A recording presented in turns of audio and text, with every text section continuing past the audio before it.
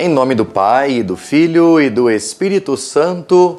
Amém. A graça e a paz de Deus nosso Pai, o amor de Jesus Cristo, nosso irmão, e a comunhão do Espírito Santo estejam sempre convosco. Bendito seja sempre Deus, que nos reúne no seu amor, na sua graça, que nos envia o seu Espírito Santo e que nos dá, Frei, os 10 mandamentos para a gente não sair do caminho seguro e certo, que é o dele. Sim, com certeza.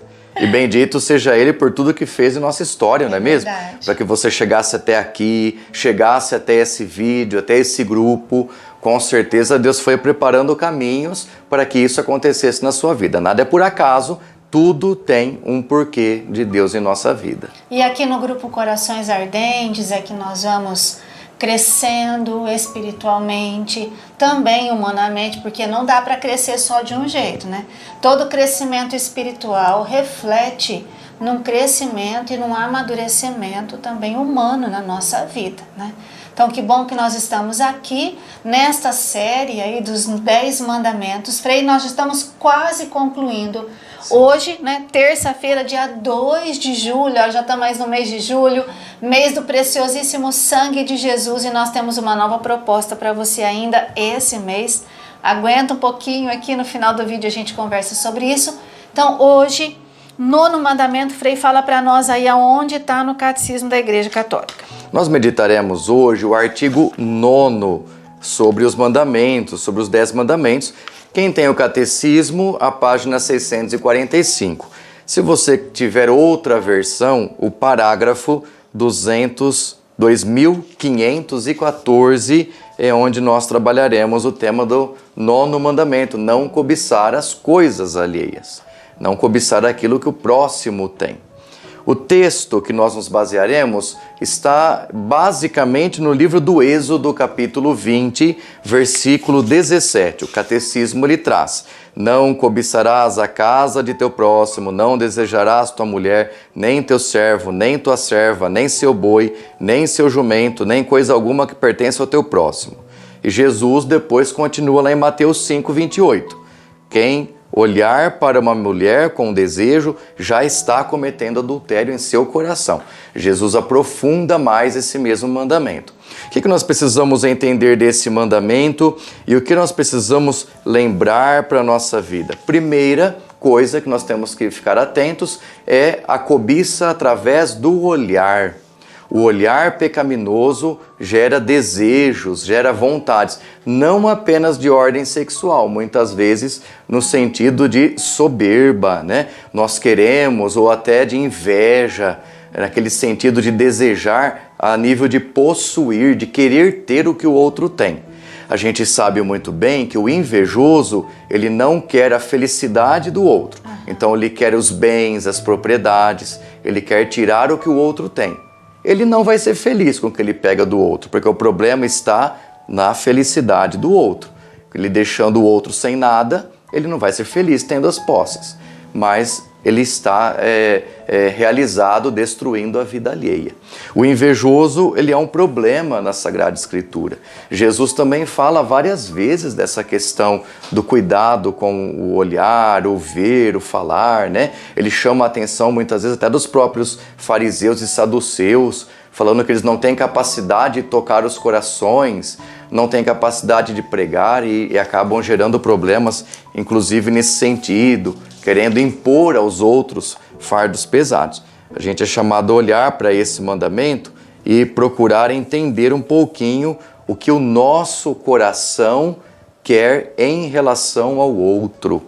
Não cobiçar as coisas alheias nos leva a nos voltar para o nosso próprio coração e dizer o que está faltando em mim, o que eu tenho de ausência a ponto de precisar do bem do outro.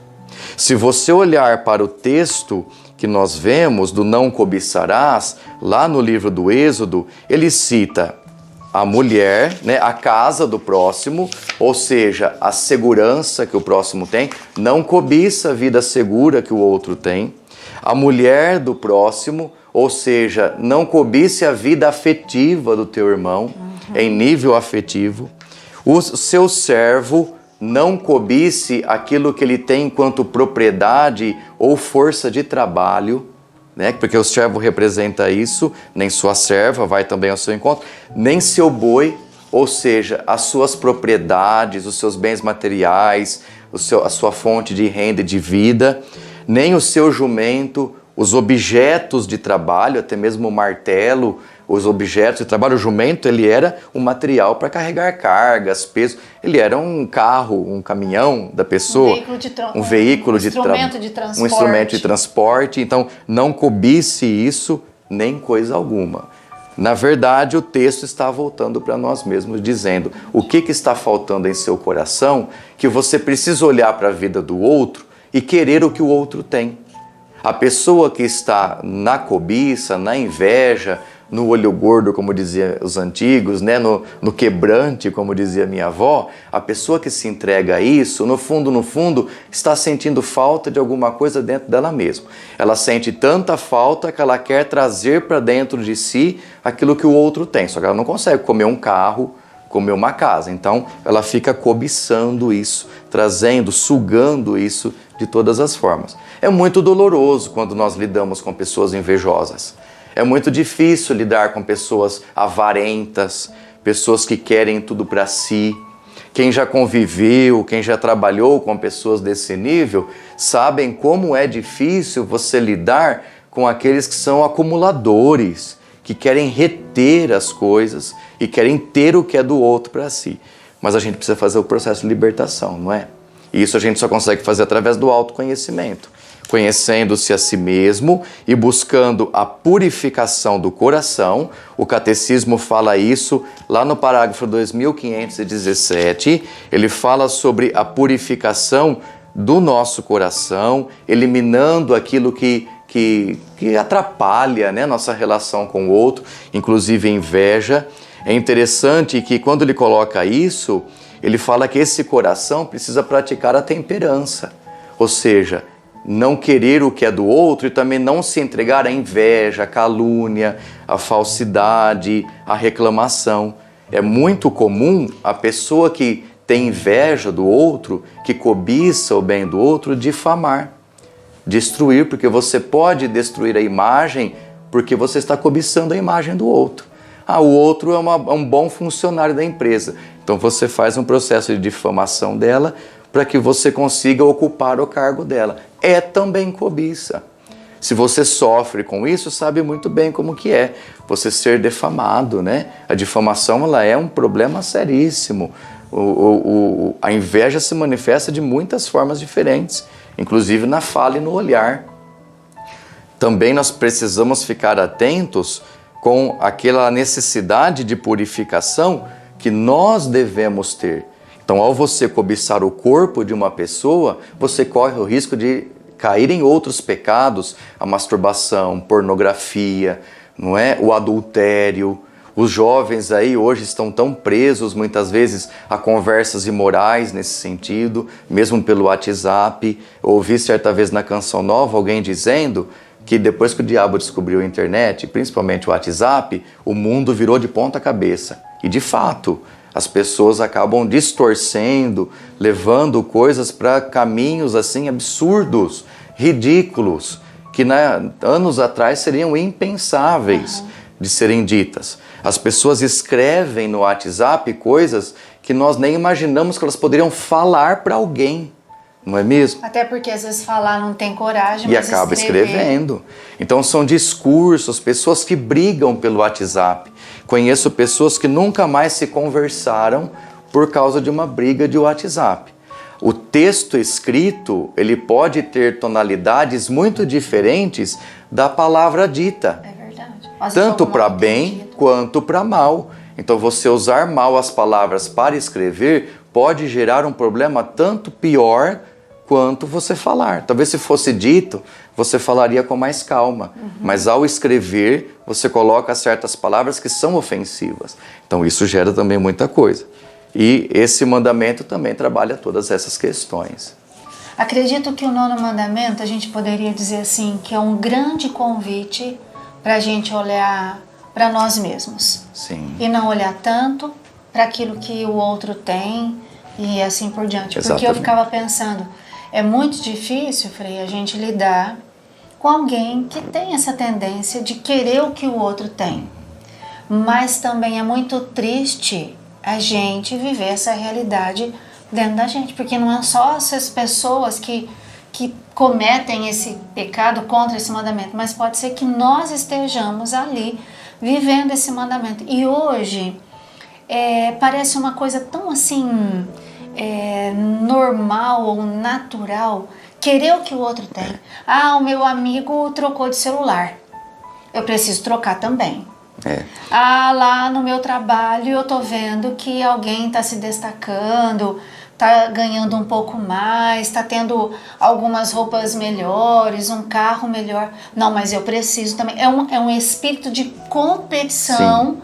Muito grande, e isso já nos pequenos a gente percebe, às vezes até nas crianças, já um espírito de competição muito grande que pode gerar o descumprimento desse mandamento, que é desejar o que o outro tem. A inveja se tornou algo corriqueiro, não é? É verdade. Algumas pessoas usam até a inveja como estímulo. Como você disse, eu tenho que trocar meu celular, estou com preguiça. Quando o vizinho troca, nossa, vou aproveitar agora, vou trocar também. É uma inveja natural, que as pessoas estão tratando como algo natural, não é? Quando, na verdade, o principal problema da inveja é o olhar. A inveja, ela entra em nossa vida, o cobiçar, a cobiça das coisas alheias, entra em nossa vida através dos sentidos, do olhar, do ouvir, do paladar, do sentir. Então, os sentidos são os principais motivadores da inveja, né? Da cobiça, também em sentido de pecado capital, da avareza, da luxúria no campo afetivo sexual, tudo isso. Então, os sentidos, eles são grandes motivadores. O livro da Sabedoria, capítulo 15, versículo 5, isso está no Catecismo da Igreja, nos diz assim: a vista desperta a paixão dos insensatos. Ou seja, aquele que não reflete, que não pensa, aquele que não analisa o que vem dos instintos, né, dos órgãos, dos sentidos principalmente, acaba se entregando a isso. O que eu tenho que fazer então, Frei? Qual é a receita de bolo? A prática da vida a partir desse mandamento da lei de Deus. Vigie o que entra através dos sentidos, principalmente do olhar e do ouvir. Vigie. Quando você vê alguma coisa, traga para a sua mente, para a sua razão, traga para o seu coração e depois você manifesta alguma coisa. Como eu sei se eu estou cobiçando o bem do meu próximo? Passe pelo crivo da razão. Ou seja, pense, por que eu quero tanto aquela bolsa vermelha que eu vi a minha vizinha ter? Isso é inveja. Se eu quero tanto, se eu tenho tanta sede para ter uma igual, eu estou cobiçando. Se não, tudo bem. Eu achei bonita, simplesmente gostei, não quero ter para mim. Aí a gente faz essa análise. Então você olhou, viu a beleza, admirou. Na medida em que você quer para si, quer ter igual ou quer ter melhor, já está cometendo esse pecado. Outros pontos importantes que o Catecismo nos traz, lá parágrafo 2521, a Sandra vai me ajudando aqui, ela está olhando. Né? Olhando para o seu catecismo, olhando para o meu e você, olha aí para o seu também. 2521, parágrafo, ele trata sobre o pudor que nós precisamos ter. Peca não apenas quem cobiça, mas peca quem exibe. A gente está olhando para o pecador que está cobiçando as coisas alheias, que está invejando, mas a gente está esquecendo de um outro elemento aí que é um grande problema. Quem exibe.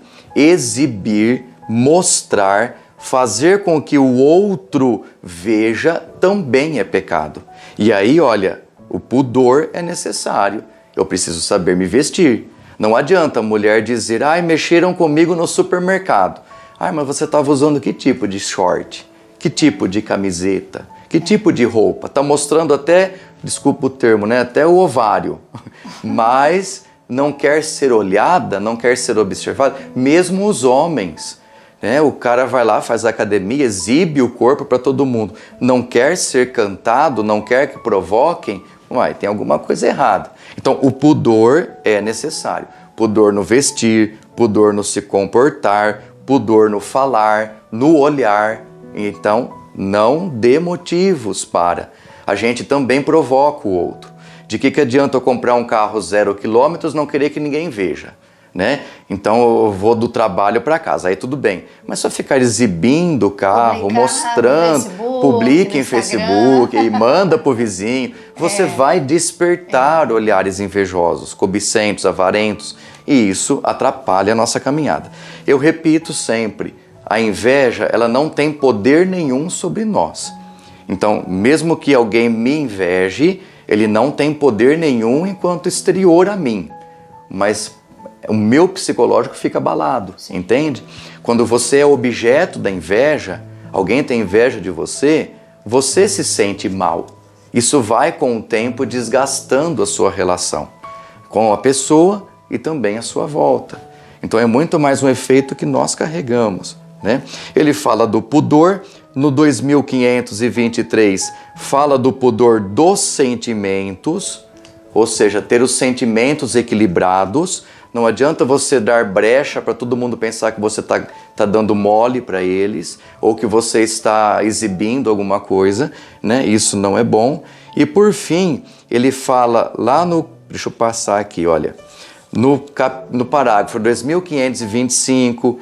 2526, ele vai falar sobre o clima social, ou seja, purificar os espaços de comunicação, cuidado com o Facebook, cuidado com o Instagram, cuidado com o WhatsApp, cuidado com telefones, fique atento quanto a isso, não fique publicando tudo o que você faz, porque isso também é pecado, é despertar no outro cobiças, invejas, que o outro não precisa ser despertado. E por fim, ele fala da permissividade dos costumes. Aquela pessoa que dá uma liberdade excessiva para tudo que acontece à sua volta, automaticamente ela vai cair nesse pecado, tanto cobiçando, invejando, quando sendo objeto disso tudo. É interessante a gente pensar, porque o pecado está nos dois lados, né? Sim. Naquele que permite e naquele que mostra. E aí a gente fica com aquela sensação, poxa, eu já fiz isso muitas vezes com muitas pessoas. Eu já exibi muitas coisas para muitas pessoas. Você também está em pecado, né? E nesse sentido, vale a pena refletir um pouquinho sobre a vida. É preciso, então, muita atenção com a nossa vida, com aquilo que nós estamos pensando, sentindo e mostrando, né? Tem pessoas que dizem assim, uma vez uma pessoa me diz assim, mas você não publicou aquela viagem que você fez. Ela dizia assim, a minha vida é um livro aberto. Azar o dela. Então, mas preciso mostrar tudo, né? A gente precisa cuidar, né? Cuidado, né? Prudência também, porque a gente às vezes é vítima, muitas vezes, a gente tá com uma arma na mão, né? E dando condição para o outro usar. Então, 9º mandamento, eu acredito que é para nós olharmos para nós. Não olhar para o que o outro tem, para o que o outro conseguiu, e se vier lá um sentimento, né, de inveja, às vezes de querer aquilo do outro, rezar, né, a oração sempre, dizer sempre a Deus, olha, que bom que o Senhor abençoou, Deus abençoe Sim. mesmo você, né, que bom que você conseguiu isso, e aqui para nós dizer, Senhor, tira de mim, né, todo o espírito de competição, esse desejo aí desenfreado, né, em relação às coisas dos outros. Então, vamos fechar nossos olhos um pouquinho e nos colocar diante de Deus agora. E dizer, Senhor, perdoa-me por todas as vezes, seja de uma forma pequena e simples ou de uma forma mais forte e grave, que eu desejei algo que não era meu. Todas as vezes que eu tomei alguma atitude para que aquela outra pessoa não tivesse aquele bem que eu queria ter. Senhor, perdoa-me porque às vezes, até meio inconscientemente, eu já falei mal de alguém para prejudicar a imagem daquela pessoa, porque eu queria estar no lugar dela. Senhor, purifica os nossos pensamentos e especialmente os nossos sentimentos, que é de onde gera também os pensamentos. Dai-nos, Senhor, sabedoria e discernimento para guardar aquilo que é precioso e não ficar expondo tanto a nossa vida. Virgem Maria, a Senhora que é exemplo de pureza, de discrição, de simplicidade, ajudai-nos a vencer a tendência de pecar contra esse mandamento e também a nos proteger contra aqueles que não conseguem viver esse mandamento. Amém. Amém. Bastante coisa, né, Frei? O mandamento Muita coisa. No catecismo é pequeno. Aí o Frei Mas falou na assim, não tem muito para falar. Olha aí, a gente até já se vai alongou desenvolvendo bastante coisa, né? Vídeo. Tá bom. Sexta-feira, a gente se encontra dia 5 de julho para o 10º e último mandamento, mas nós queremos convidar você a ficar aqui no Grupo Corações Ardentes, é você que não está, a vir fazer parte dele, sabe por quê? Porque nós vamos começar um estudo com o tema, o discernimento dos espíritos, espiritualidade e mística inaciana. Eu não vou falar mais nada sobre isso, Frei, só o tema, tá bom? Sexta-feira a gente fala mais um golinho para você, porque vai ter um vídeo todo especial de apresentação, de introdução para esse novo tempo que nós vamos viver aqui no Grupo Corações Ardentes. Vamos pedir a bênção de Deus, Frei, para a gente ficar livre desse pecado de cair nesse 9º mandamento? E com certeza pedir que Nossa Senhora e os santos anjos nos ajudem, né? Para que nós não nos demos a olhares distorcidos e equivocados.